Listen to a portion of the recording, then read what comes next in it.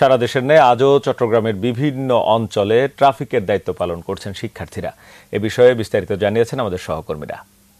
যে দীর্ঘদিন আন্দোলনের পর তারা দীর্ঘ প্রতীক্ষার পর যে তারা সাফল্য পেয়েছে, তার প্রতিদিনে পার্বতী জেলা বান্দরবান প্রশাসন, পুলিশ প্রশাসন কিন্তু রাস্তা থেকে একদম গায়ে বলে চলে।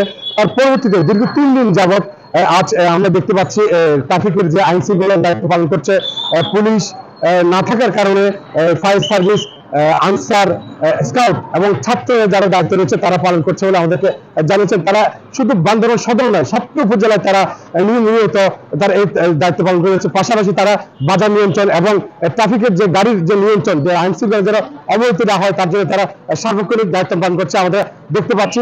আরেকটা কথা আপনাদেরকে জানিয়ে রাখি, পার্বতী জেলা বান্দরবানে কিন্তু দীর্ঘদিন যাবৎ পর্যটক না আসা কিন্তু একদম একটা অনিশ্চয় সৃষ্টি হয়েছে। একটাই দাবি পার্বত্য অঞ্চলে মানুষদের দ্রুত যেন পার্বত্য অঞ্চলে টুরিস্টদের জন্য খুলে দেওয়া হয়।